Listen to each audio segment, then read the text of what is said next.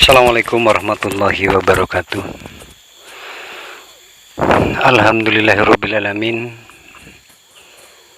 Asyhadu an la ilaha illallah wa asyhadu anna Muhammadur Rasulullah sallallahu alaihi wasallam.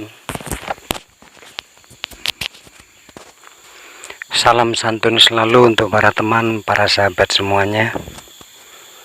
Juga untuk teman-teman goibul goib, saudara-saudara saya semua yang ada di gua sini, yang ada di dalam hutan. Semoga Allah selalu senantiasa merahmati, semoga Allah selalu senantiasa bermahabbah pada kita sekalian. Semoga kita menjadi orang-orang yang selalu senantiasa di dalam rel-rel ketauhidan Allah. Semoga kita menjadi hamba-hamba yang selalu senantiasa mencintai dan menyayangi Allah. Untuk kali ini buat para teman-teman, para saudara sekalian, saya ingin berbagi pengetahuan tentang Allah sangat dekat dengan diri kita.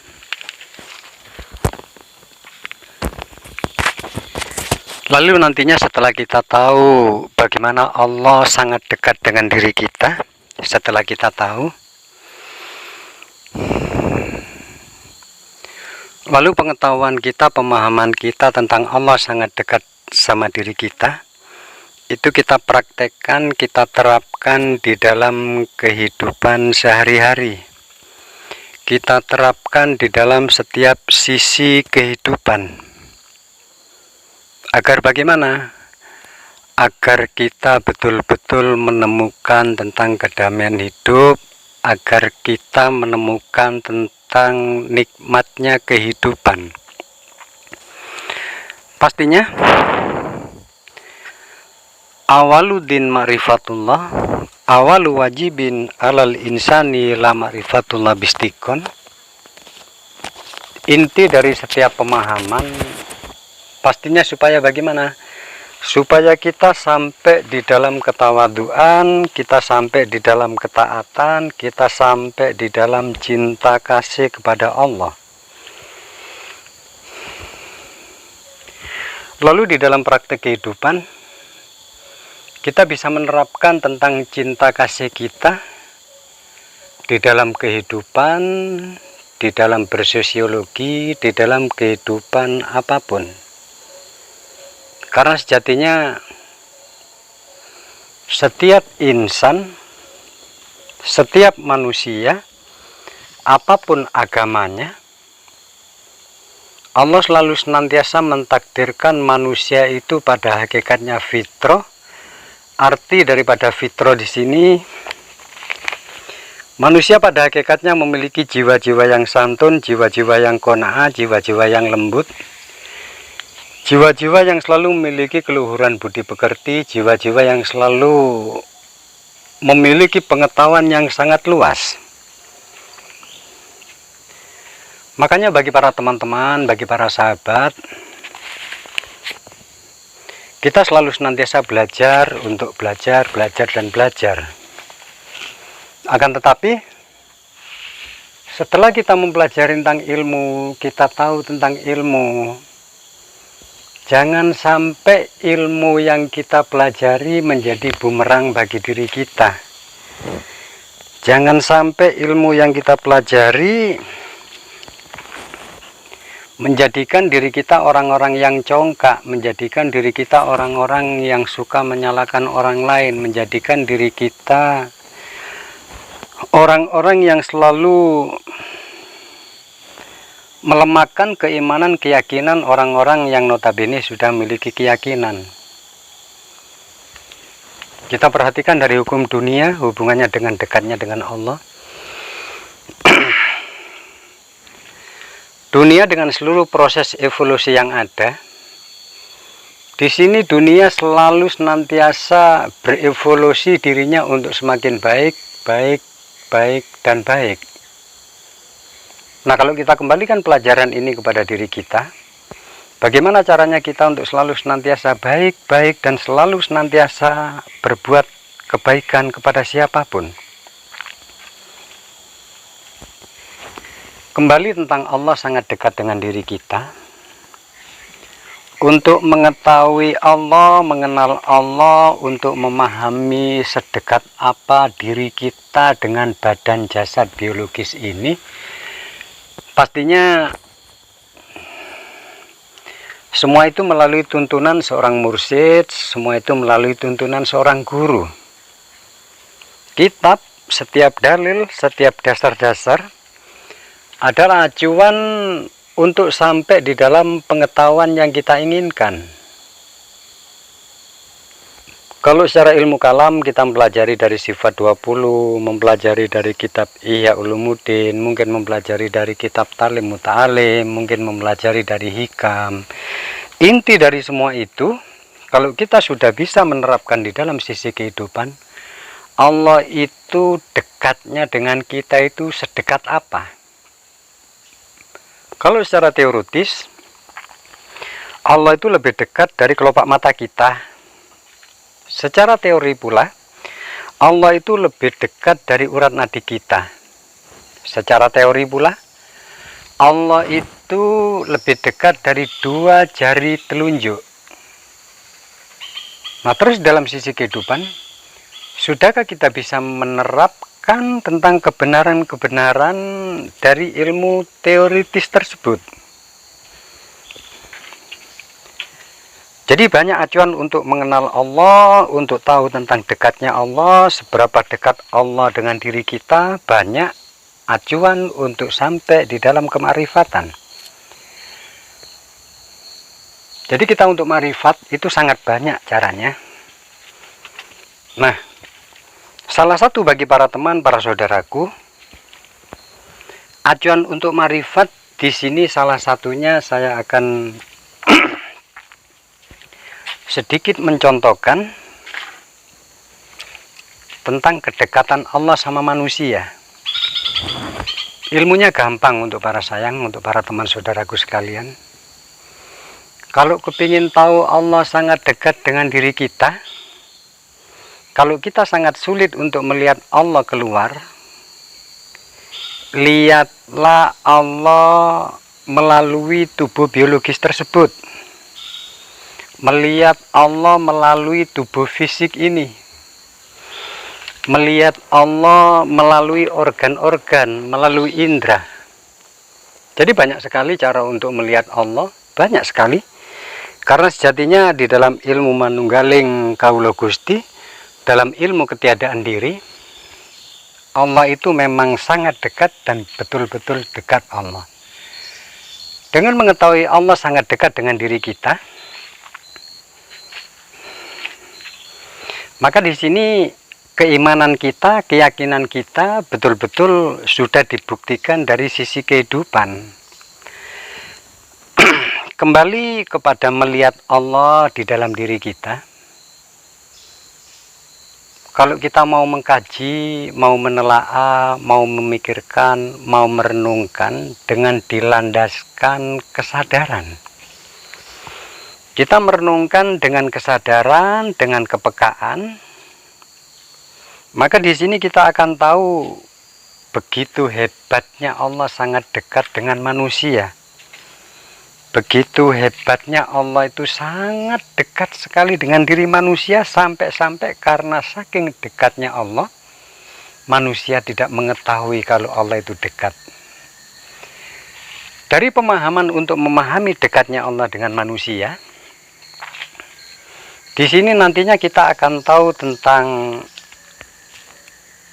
bukti Allah itu la haula wala quwata illa billah.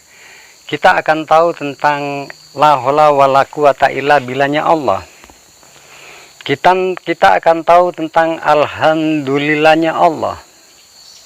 Kita akan tahu tentang bismillahirrahmanirrahim. Jadi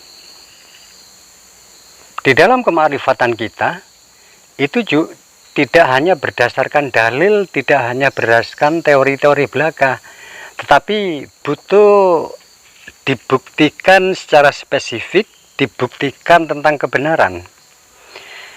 Nah, untuk pemahaman tahu Allah tersebut, Allah sangat dekat. Ini teman-teman bisa nanti dikembangkan tentang opini Al-Halat, tentang opini Siti Jenar. Kenapa Al-Halat itu sampai terucap kata-kata ana al-haq? Jadi ucapan yang kita dengar dari Al-Halat itu bukan hanya teori yang kita dengar, bukan hanya ilmu kalam yang kita dengar, akan tetapi kita bisa membuktikan kenapa beliau Al-Halat sampai mengucapkan kata-kata ana al-haq. Kita kembali kepada diri. Untuk para teman, para saudaraku, gunakan kepekaan dan kesadaran di dalam memahami ini. Karena Allah itu tidak bisa dipelajari oleh fisik. Allah itu hanya bisa dikenali, diketahui oleh alam bawah sadar kita, oleh kecerdasan spiritual. Apa sih maksudnya kecerdasan spiritual? Kecerdasan spiritual adalah bersihnya kolbi, bersihnya pikiran, tenangnya hati nurani kita.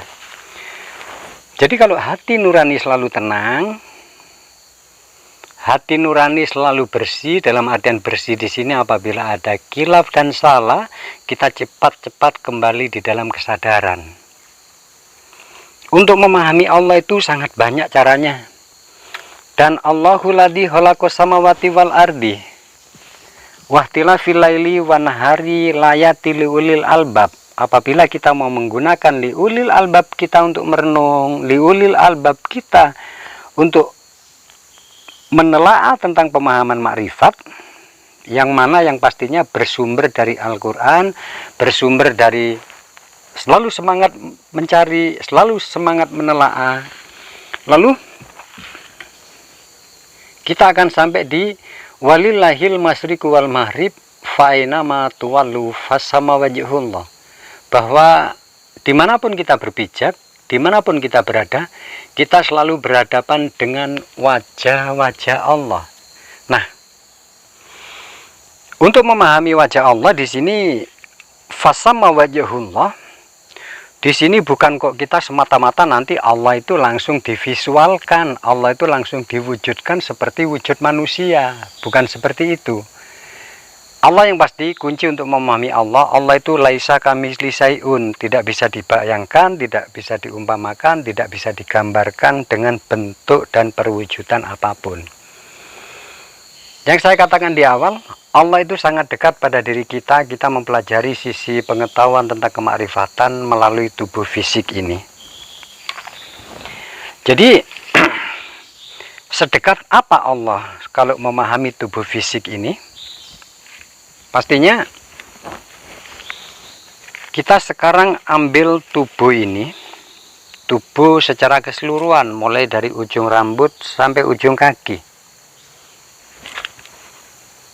Pernahkah kita memikirkan tentang keadaan biologis kita mulai dari ujung rambut sampai ujung kaki? Adakah kuasa kita, adakah kemampuan kita untuk selalu senantiasa menjaga kelangsungan hidup tentang bergeraknya, tentang eksistensi tubuh sampai bergerak?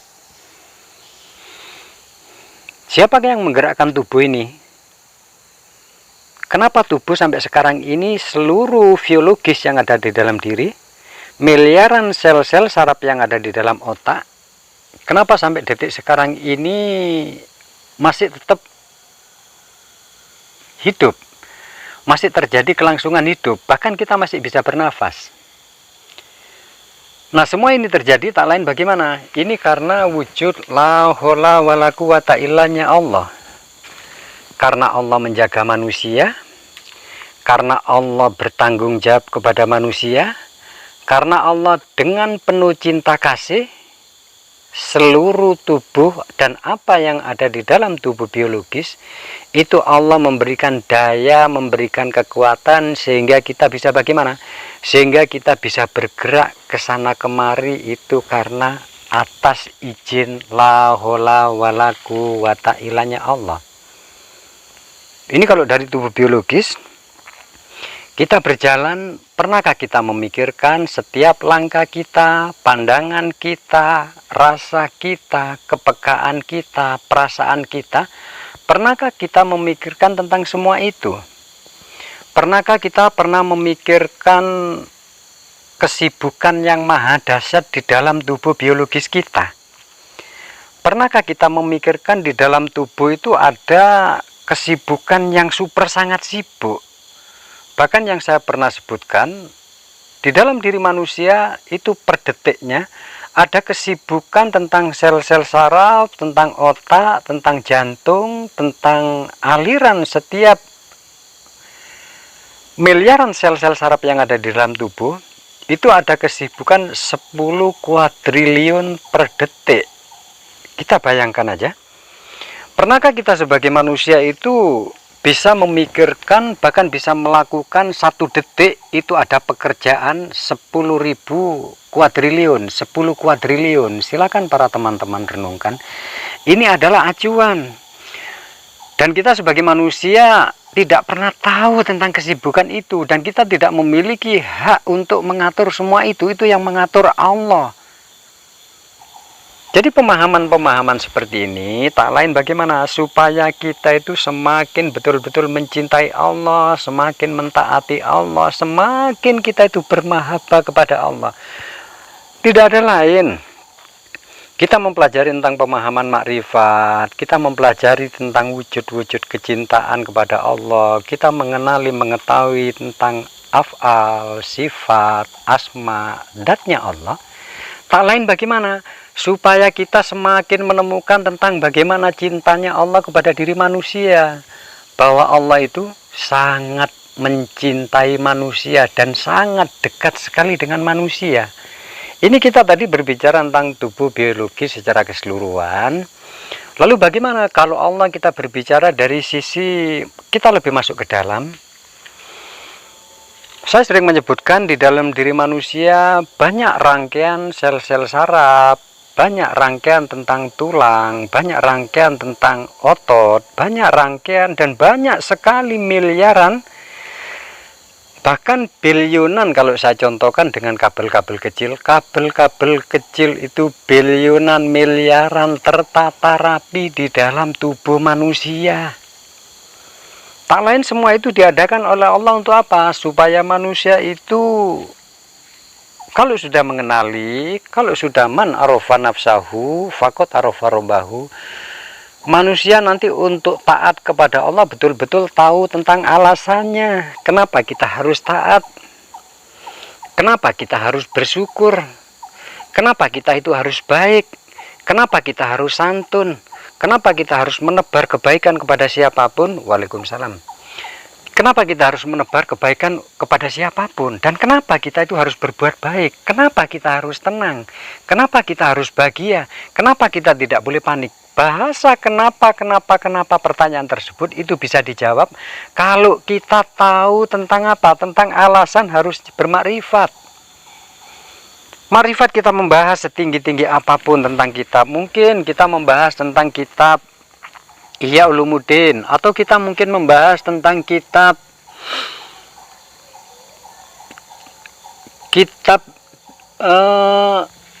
bahkan mungkin kitab Sirajul Arif yang para saudara, para teman fahami, yakni berisi tentang bagaimana eksistensi Allah, bagaimana tentang kewenangan Allah, bagaimana tentang qada qadar takdirnya Allah kepada manusia.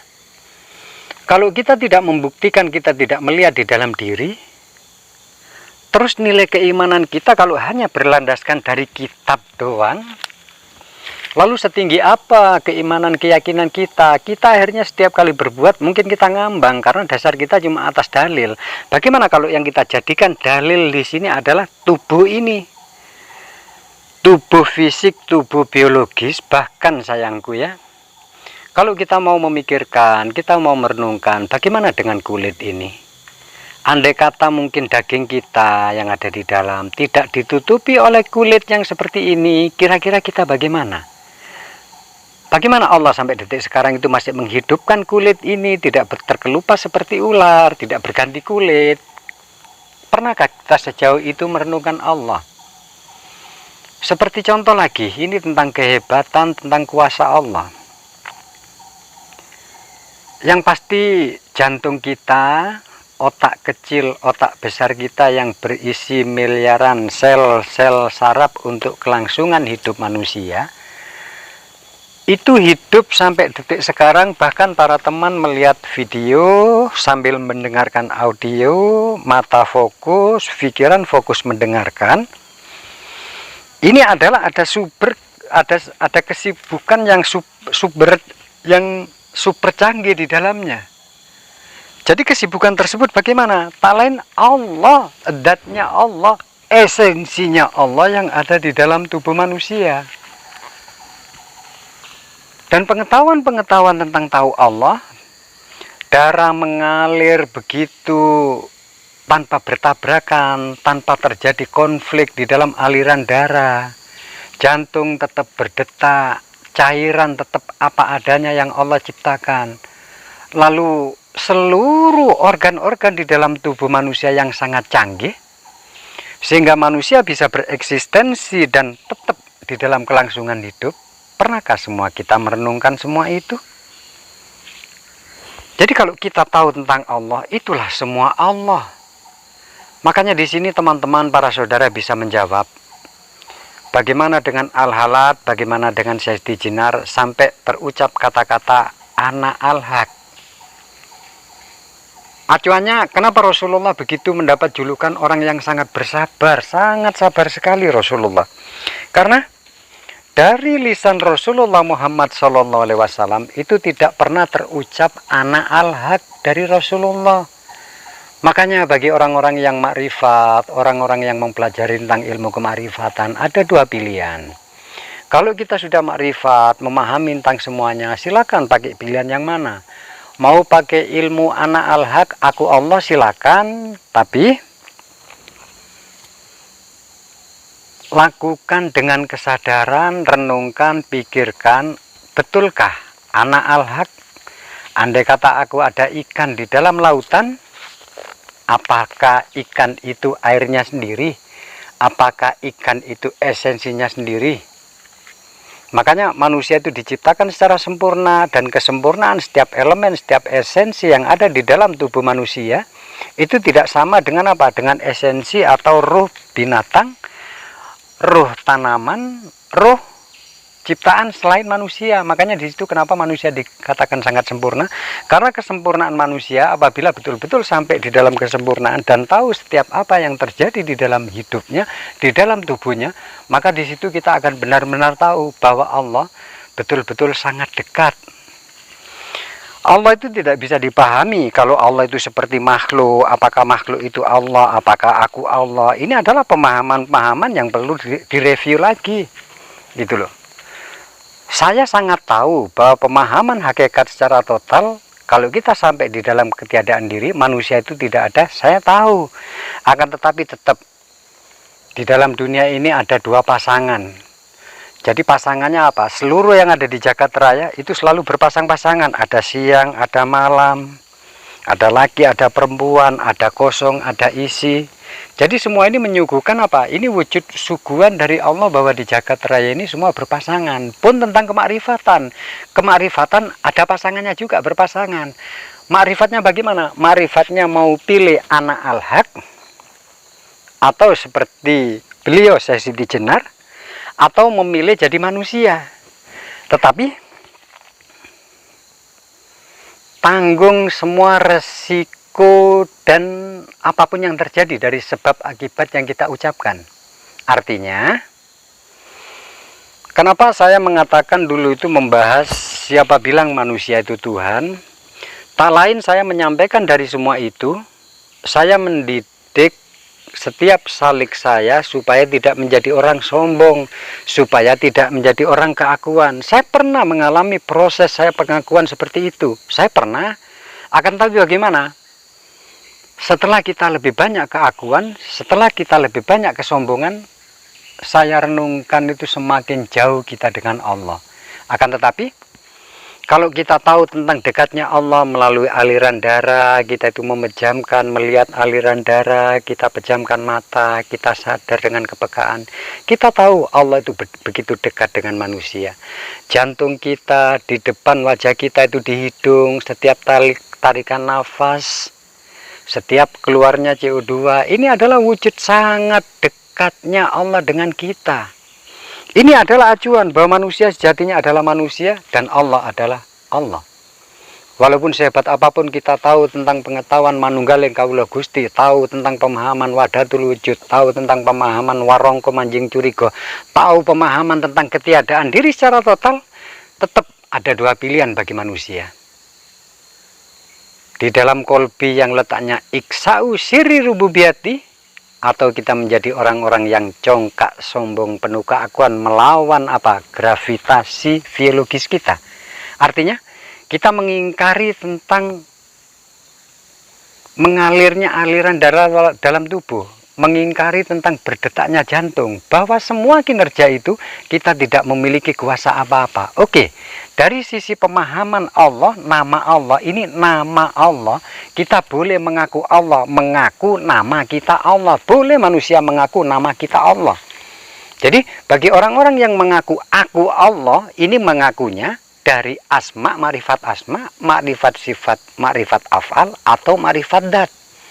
Jadi teman-teman, saudara-saudara semua yang memiliki keakuan anak al-haq, itu teman-teman yang tahu keakuannya dari sisi teks, dari sisi teori, dari sisi apapun, itu teman-teman yang tahu. Karena setiap kejadian di dalam hidup kita, setiap apa yang terjadi dalam hidup ini kita yang tahu tentang rahasianya. Makanya bagi para teman-teman jamaah di Ewa Kultur, semoga para teman-teman tetap menjadi orang tawaduk seperti Rasulullah.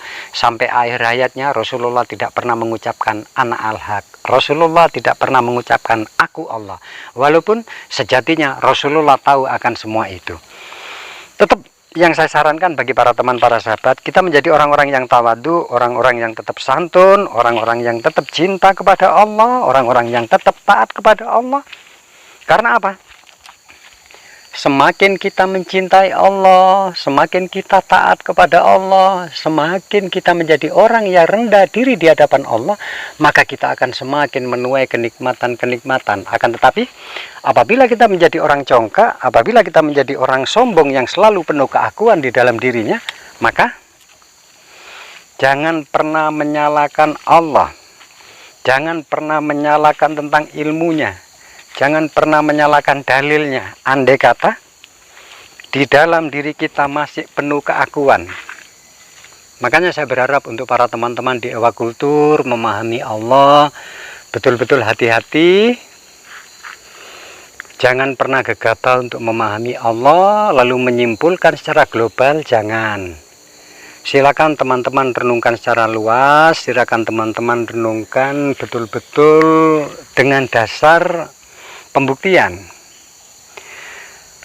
Untuk memahami Allah, untuk melihat Allah, itu yang paling nikmat, yang paling gampang kita masuk ke dalam tubuh fisik ini. Kita masuk ke dalam mulut, lewat kerongkongan, lewat kita nanti usus besar, sampai di lambung, masuk ke jantung, lalu kita tuh melihat darah-darah kita. Jadi tubuh imateri kita masuk ke dalam tubuh fisik. Kalau kita sudah bisa membuktikan itu, nanti kita akan tahu bahwa Allah itu benar-benar sangat menyayangi kita. Bahwa Allah adalah Allah yang tak tertandingi. Bahwa Allah adalah Allah yang tidak ada duanya. Semoga para teman-temanku, para sahabat semua, tauhidnya tauhid yang dirahmati oleh Allah. Tauhidnya adalah tauhid yang selalu ditata oleh Allah. Semoga para teman-teman, para sahabat semuanya yang ada di Ewa Kultur, semoga menjadi orang-orang hamba-hamba tauhid yang betul-betul memiliki insan yang tidak pernah terlepas dari apa? Dari rel-rel kebenaran. Semoga kita menjadi pribadi-pribadi tauhid yang tidak pernah terlepas dari akhlakul karimah, yang tidak terlepas dari kelembutan, dari budi pekerti yang luhur, dari ucapan kata-kata yang lembut. Semoga para teman-temanku menjadi ahli surga. Semoga para teman-teman, para saudara semuanya menjadi ahli ilmu, yang mana setiap ilmunya bermanfaat fidini wadunya wal akhirah. Saya Ewa Kultur, saya akhiri. Apabila ada khilaf dan salah, saya mohon maaf. Wabillahi taufiq wal hidayah. Wassalamualaikum warahmatullahi wabarakatuh. Assalamualaikum warahmatullahi wabarakatuh. Alhamdulillahirrabbilalamin. Asyhadu an la ilaha illallah wa asyhadu anna Muhammadur Rasulullah sallallahu alaihi wasallam. Salam santun selalu untuk para teman, para sahabat semuanya. Juga untuk teman-teman goibul goib, saudara-saudara saya semua yang ada di gua sini, yang ada di dalam hutan. Semoga Allah selalu senantiasa merahmati, semoga Allah selalu senantiasa bermahabbah pada kita sekalian. Semoga kita menjadi orang-orang yang selalu senantiasa di dalam rel-rel ketauhidan Allah. Semoga kita menjadi hamba-hamba yang selalu senantiasa mencintai dan menyayangi Allah. Untuk kali ini buat para teman-teman, para saudara sekalian, saya ingin berbagi pengetahuan tentang Allah sangat dekat dengan diri kita.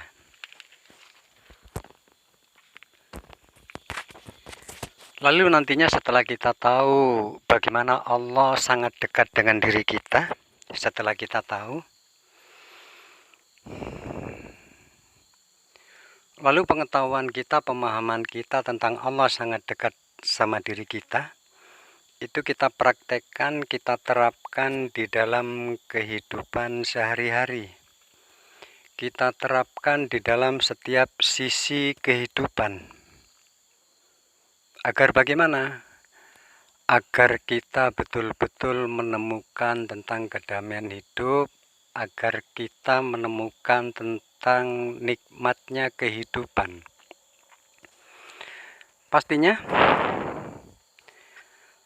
awaludin ma'rifatullah, awalu wajibin alal insani la ma'rifatullah bistikon.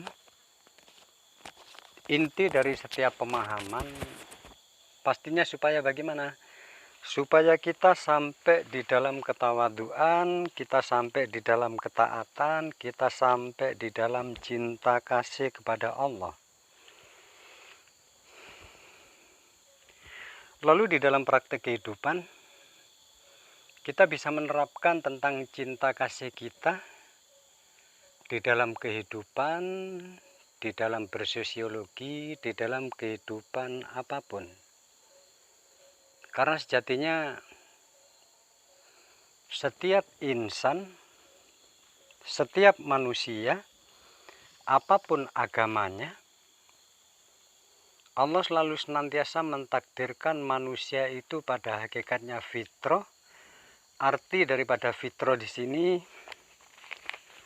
manusia pada hakikatnya memiliki jiwa-jiwa yang santun, jiwa-jiwa yang qanaah, jiwa-jiwa yang lembut, jiwa-jiwa yang selalu memiliki keluhuran budi pekerti, jiwa-jiwa yang selalu memiliki pengetahuan yang sangat luas. Makanya bagi para teman-teman, bagi para sahabat, kita selalu senantiasa belajar untuk belajar, dan belajar. Akan tetapi, setelah kita mempelajari tentang ilmu, kita tahu tentang ilmu, jangan sampai ilmu yang kita pelajari menjadi bumerang bagi diri kita. Jangan sampai ilmu yang kita pelajari menjadikan diri kita orang-orang yang congkak, menjadikan diri kita orang-orang yang suka menyalahkan orang lain, menjadikan diri kita orang-orang yang selalu melemahkan keimanan, keyakinan orang-orang yang notabene sudah memiliki keyakinan. Kita perhatikan dari hukum dunia, hubungannya dengan dekatnya dengan Allah. Dunia dengan seluruh proses evolusi yang ada, Di sini dunia selalu senantiasa berevolusi dirinya untuk semakin baik, baik, baik, dan baik. Nah, kalau kita kembalikan pelajaran ini kepada diri kita, bagaimana caranya kita untuk selalu senantiasa baik, baik, dan selalu senantiasa berbuat kebaikan kepada siapapun? Kembali tentang Allah sangat dekat dengan diri kita. Untuk mengetahui Allah, mengenal Allah, untuk memahami sedekat apa diri kita dengan badan jasad biologis ini, pastinya semua itu melalui tuntunan seorang mursyid, semua itu melalui tuntunan seorang guru. Kitab, setiap dalil, setiap dasar-dasar adalah acuan untuk sampai di dalam pengetahuan yang kita inginkan. Kalau secara ilmu kalam kita mempelajari dari sifat 20, mempelajari dari kitab Ihya Ulumuddin, mungkin mempelajari dari kitab Talim Muta'alim, mungkin mempelajari dari hikam. Inti dari semua itu, kalau kita sudah bisa menerapkan di dalam sisi kehidupan, Allah itu dekatnya dengan kita itu sedekat apa? Kalau secara teoritis, Allah itu lebih dekat dari kelopak mata kita. Secara teori pula, Allah itu lebih dekat dari urat nadi kita. Secara teori pula, Allah itu lebih dekat dari 2 jari telunjuk. Nah, terus dalam sisi kehidupan, sudahkah kita bisa menerapkan tentang kebenaran-kebenaran dari ilmu teoritis tersebut? Jadi banyak acuan untuk mengenal Allah, untuk tahu tentang dekatnya Allah, seberapa dekat Allah dengan diri kita, banyak acuan untuk sampai di dalam kemarifatan. Jadi kita untuk marifat itu sangat banyak caranya. Nah, salah satu bagi para teman, para saudaraku, acuan untuk marifat di sini salah satunya saya akan sedikit mencontohkan tentang kedekatan Allah sama manusia. Ilmunya gampang untuk para sayang, untuk para teman saudaraku sekalian. Kalau kepingin tahu Allah sangat dekat dengan diri kita, kalau kita sangat sulit untuk melihat Allah keluar, lihatlah Allah melalui tubuh biologis tersebut. Melihat Allah melalui tubuh fisik ini. Melihat Allah melalui organ-organ, melalui indera. Jadi banyak sekali cara untuk melihat Allah, banyak sekali. Karena sejatinya di dalam ilmu manunggaling Kawula Gusti, dalam ilmu ketiadaan diri, Allah itu memang sangat dekat dan betul-betul dekat Allah. Dengan mengetahui Allah sangat dekat dengan diri kita, maka di sini keimanan kita, keyakinan kita betul-betul sudah dibuktikan dari sisi kehidupan. Kembali kepada melihat Allah di dalam diri kita.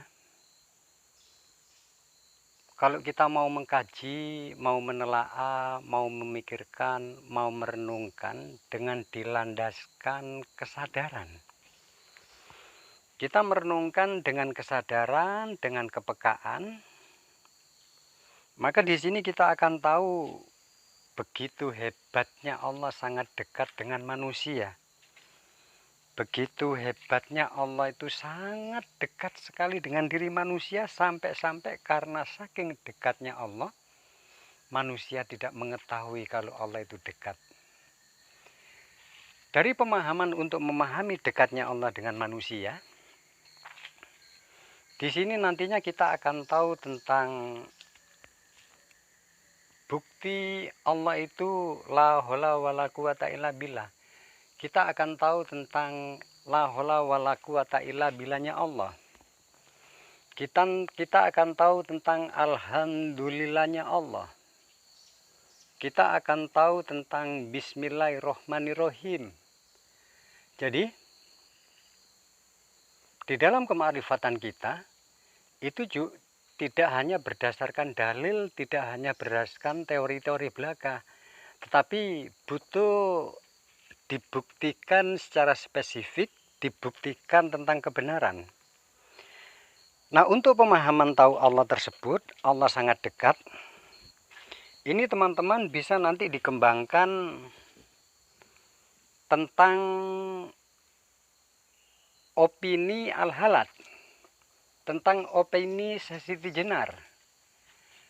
Kenapa Al-Halat itu sampai terucap kata-kata ana al-haq? Jadi, ucapan yang kita dengar dari Al-Halat itu bukan hanya teori yang kita dengar, bukan hanya ilmu kalam yang kita dengar, akan tetapi kita bisa membuktikan kenapa beliau Al-Halat sampai mengucapkan kata-kata ana al-haq. Kita kembali kepada diri. Untuk para teman, para saudaraku, gunakan kepekaan dan kesadaran di dalam memahami ini. Karena Allah itu tidak bisa dipelajari oleh fisik. Allah itu hanya bisa dikenali, diketahui oleh alam bawah sadar kita, oleh kecerdasan spiritual. Apa sih maksudnya kecerdasan spiritual? Kecerdasan spiritual adalah bersihnya kolbi, bersihnya pikiran, tenangnya hati, tenangnya hati nurani kita.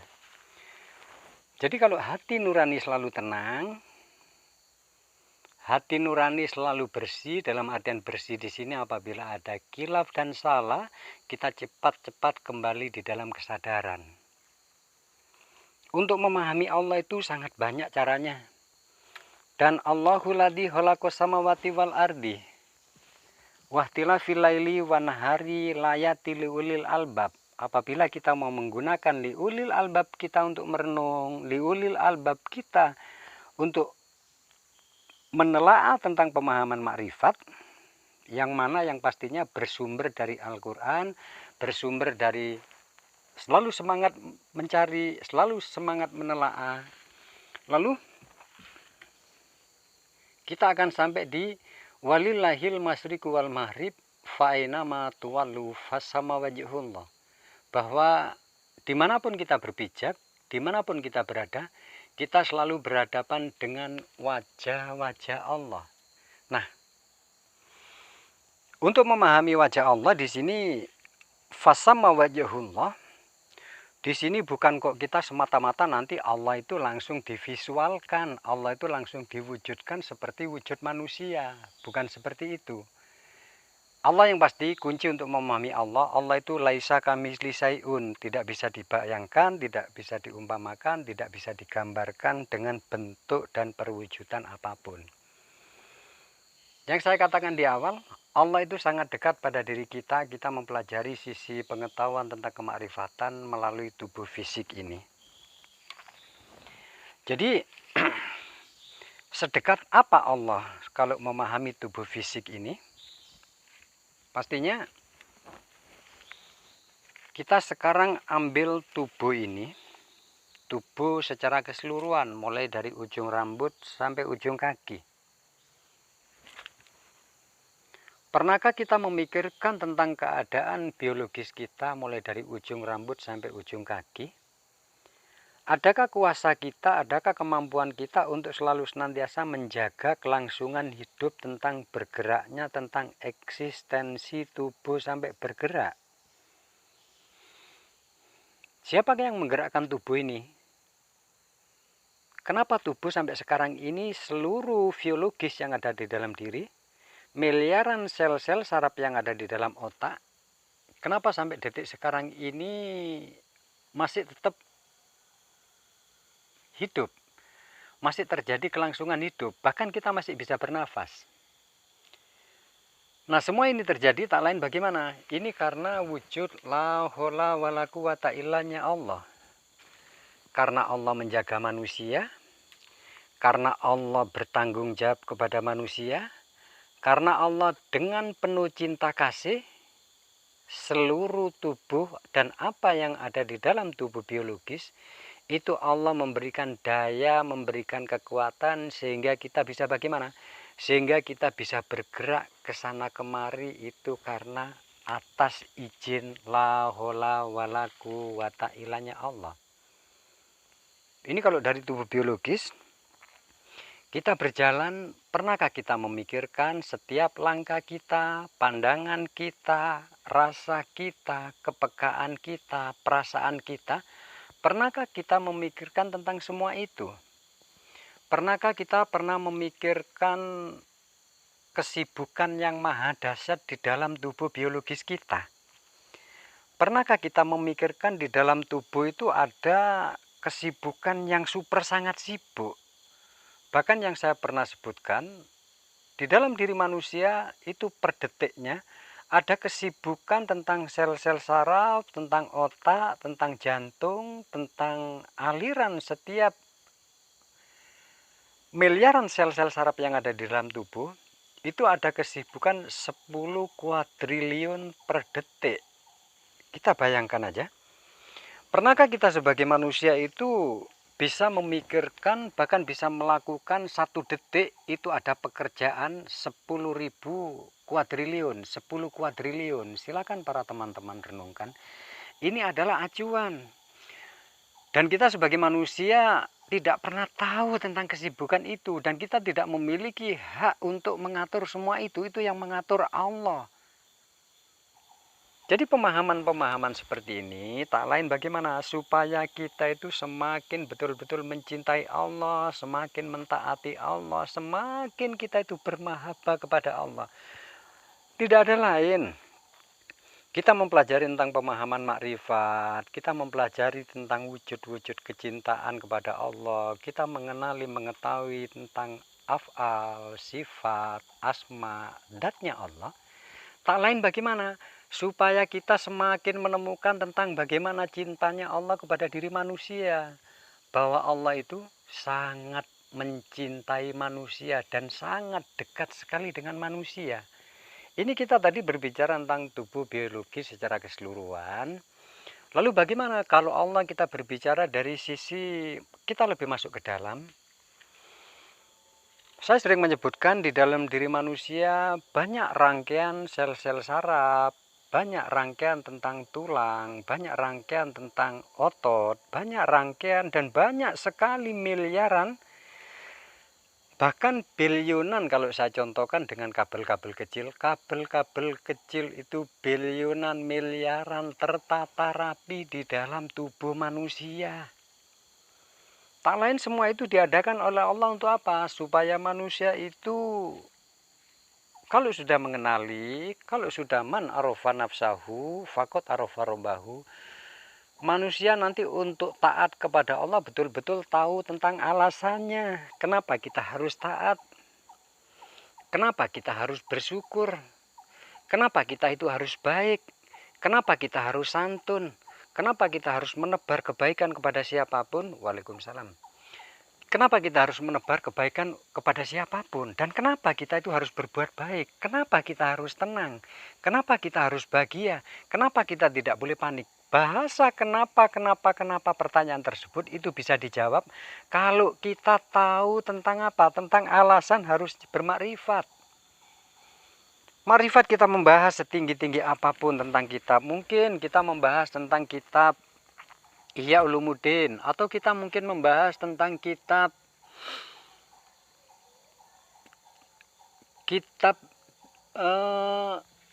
bahkan mungkin kitab Sirajul Arif yang para saudara, para teman fahami, yakni berisi tentang bagaimana eksistensi Allah, bagaimana tentang kewenangan Allah, bagaimana tentang qada qadar takdirnya Allah kepada manusia. Kalau kita tidak membuktikan, kita tidak melihat di dalam diri, terus nilai keimanan kita kalau hanya berlandaskan dari kitab doang, lalu setinggi apa keimanan, keyakinan kita? Kita akhirnya setiap kali berbuat mungkin kita ngambang karena dasar kita cuma atas dalil. Bagaimana kalau yang kita jadikan dalil di sini adalah tubuh ini? Tubuh fisik, tubuh biologis, bahkan sayangku ya, Kalau kita mau memikirkan, kita mau merenungkan, bagaimana dengan kulit ini? Andai kata mungkin daging kita yang ada di dalam tidak ditutupi oleh kulit yang seperti ini, kira-kira kita bagaimana? Bagaimana Allah sampai detik sekarang itu masih menghidupkan kulit ini, tidak terkelupas seperti ular, tidak berganti kulit? Pernahkah kita sejauh itu merenungkan Allah? Seperti contoh lagi, ini tentang kehebatan, tentang kuasa Allah. Yang pasti jantung kita, otak kecil, otak besar kita yang berisi miliaran sel-sel saraf untuk kelangsungan hidup manusia, itu hidup sampai detik sekarang. Bahkan para teman melihat video sambil mendengarkan audio, mata fokus, pikiran fokus mendengarkan. Ini adalah ada kesibukan yang super canggih di dalamnya. Jadi kesibukan tersebut bagaimana? Talent Allah, zatnya Allah, esensinya Allah yang ada di dalam tubuh manusia. Dan pengetahuan tentang tahu Allah, darah mengalir begitu tanpa bertabrakan, tanpa terjadi konflik di dalam aliran darah. Jantung tetap berdetak, cairan tetap apa adanya yang Allah ciptakan. Lalu seluruh organ-organ di dalam tubuh manusia yang sangat canggih, sehingga manusia bisa bereksistensi dan tetap di dalam kelangsungan hidup. Pernahkah semua kita merenungkan semua itu? Jadi kalau kita tahu tentang Allah, itulah semua Allah. Makanya di sini teman-teman para saudara bisa menjawab, bagaimana dengan Al-Halat, bagaimana dengan Sayyidi Jinar sampai terucap kata-kata Ana Al-Haq. Acuannya kenapa Rasulullah begitu mendapat julukan orang yang sangat bersabar, sangat sabar sekali Rasulullah. Karena dari lisan Rasulullah Muhammad SAW itu tidak pernah terucap Ana Al-Haq dari Rasulullah. Makanya bagi orang-orang yang makrifat, orang-orang yang mempelajari tentang ilmu kemakrifatan, ada dua pilihan. Kalau kita sudah makrifat, memahami tentang semuanya, silakan pakai pilihan yang mana. Mau pakai ilmu Ana Al-Haq, aku Allah, silakan, tapi lakukan dengan kesadaran, renungkan, pikirkan, betulkah Ana Al-Haq? Andai kata aku ada ikan di dalam lautan, apakah ikan itu airnya sendiri? Apakah ikan itu esensinya sendiri? Makanya manusia itu diciptakan secara sempurna, dan kesempurnaan setiap elemen, setiap esensi yang ada di dalam tubuh manusia itu tidak sama dengan apa? Dengan esensi atau ruh binatang, ruh tanaman, ruh ciptaan selain manusia. Makanya di situ kenapa manusia dikatakan sangat sempurna, karena kesempurnaan manusia apabila betul-betul sampai di dalam kesempurnaan dan tahu setiap apa yang terjadi di dalam hidupnya, di dalam tubuhnya, maka di situ kita akan benar-benar tahu bahwa Allah betul-betul sangat dekat. Allah itu tidak bisa dipahami kalau Allah itu seperti makhluk. Apakah makhluk itu Allah? Apakah aku Allah? Ini adalah pemahaman-pemahaman yang perlu direview lagi, gitu loh. Saya sangat tahu bahwa pemahaman hakikat secara total, kalau kita sampai di dalam ketiadaan diri, manusia itu tidak ada, saya tahu. Akan tetapi tetap di dalam dunia ini ada dua pasangan. Jadi pasangannya apa? Seluruh yang ada di jagat raya itu selalu berpasang-pasangan. Ada siang, ada malam, ada laki, ada perempuan, ada kosong, ada isi. Jadi semua ini menyuguhkan apa? Ini wujud suguhan dari Allah bahwa di jagat raya ini semua berpasangan. Pun tentang kemakrifatan. Kemakrifatan ada pasangannya juga, berpasangan. Makrifatnya bagaimana? Makrifatnya mau pilih Ana Al-Haq, atau seperti beliau Sayyidi Jinar, atau memilih jadi manusia. Tetapi tanggung semua resiko dan apapun yang terjadi dari sebab akibat yang kita ucapkan. Artinya, kenapa saya mengatakan dulu itu membahas siapa bilang manusia itu Tuhan? Tak lain saya menyampaikan dari semua itu, saya mendidik setiap salik saya supaya tidak menjadi orang sombong, supaya tidak menjadi orang keakuan. Saya pernah mengalami proses saya pengakuan seperti itu. Saya pernah, akan tapi bagaimana? Setelah kita lebih banyak keakuan, setelah kita lebih banyak kesombongan, saya renungkan itu semakin jauh kita dengan Allah. Akan tetapi, kalau kita tahu tentang dekatnya Allah melalui aliran darah, kita itu memejamkan, melihat aliran darah, kita pejamkan mata, kita sadar dengan kepekaan. Kita tahu Allah itu begitu dekat dengan manusia.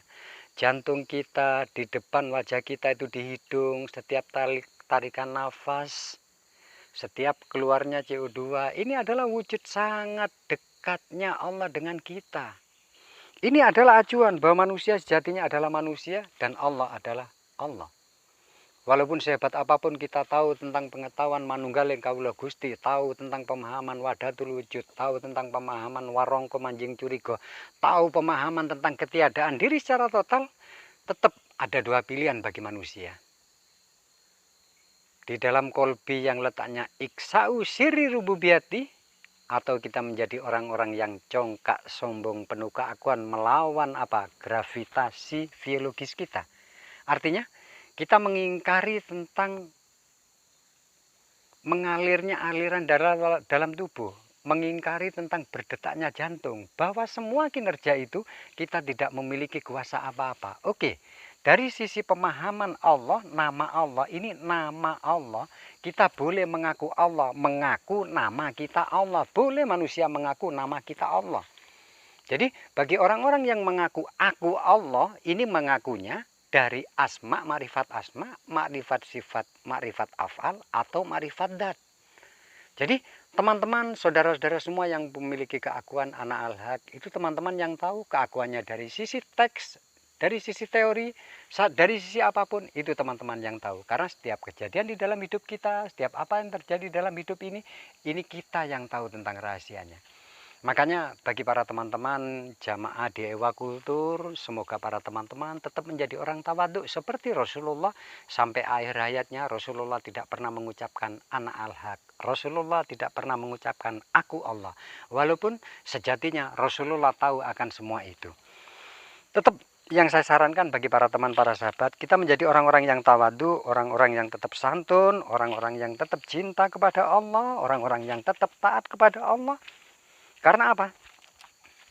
Semakin kita mencintai Allah, semakin kita taat kepada Allah, semakin kita menjadi orang yang rendah diri di hadapan Allah, maka kita akan semakin menuai kenikmatan-kenikmatan. Akan tetapi, apabila kita menjadi orang congkak, apabila kita menjadi orang sombong yang selalu penuh keakuan di dalam dirinya, maka jangan pernah menyalahkan Allah.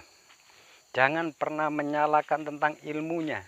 Jangan pernah menyalahkan dalilnya. Andai kata di dalam diri kita masih penuh keakuan. Makanya saya berharap untuk para teman-teman di Ewa Kultur memahami Allah, betul-betul hati-hati. Jangan pernah gegabah untuk memahami Allah lalu menyimpulkan secara global, jangan. Silakan teman-teman renungkan secara luas, silakan teman-teman renungkan betul-betul dengan dasar pembuktian. Untuk memahami Allah, untuk melihat Allah, itu yang paling nikmat, yang paling gampang kita masuk ke dalam tubuh fisik ini. Kita masuk ke dalam mulut, lewat kerongkongan, lewat kita nanti usus besar, sampai di lambung, masuk ke jantung, lalu kita tuh melihat darah-darah kita. Jadi tubuh imateri kita masuk ke dalam tubuh fisik.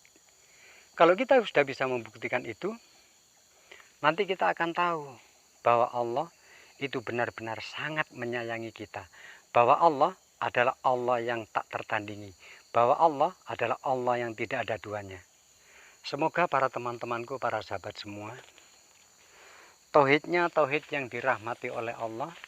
Tauhidnya adalah tauhid yang selalu ditata oleh Allah. Semoga para teman-teman, para sahabat semuanya yang ada di Ewa Kultur, semoga menjadi orang-orang hamba-hamba tauhid yang betul-betul memiliki insan yang tidak pernah terlepas dari apa? Dari rel-rel kebenaran. Semoga kita menjadi pribadi-pribadi tauhid yang tidak pernah terlepas dari akhlakul karimah, yang tidak terlepas dari kelembutan, dari budi pekerti yang luhur, dari ucapan kata-kata yang lembut. Semoga para teman-temanku menjadi ahli surga. Semoga para teman-teman, para saudara semuanya menjadi ahli ilmu, yang mana setiap ilmunya bermanfaat fidini wa dunya wal akhirah. Saya Ewa Kultur, saya akhiri. Apabila ada khilaf dan salah, saya mohon maaf. Wabillahi taufiq wal hidayah. Wassalamualaikum warahmatullahi wabarakatuh.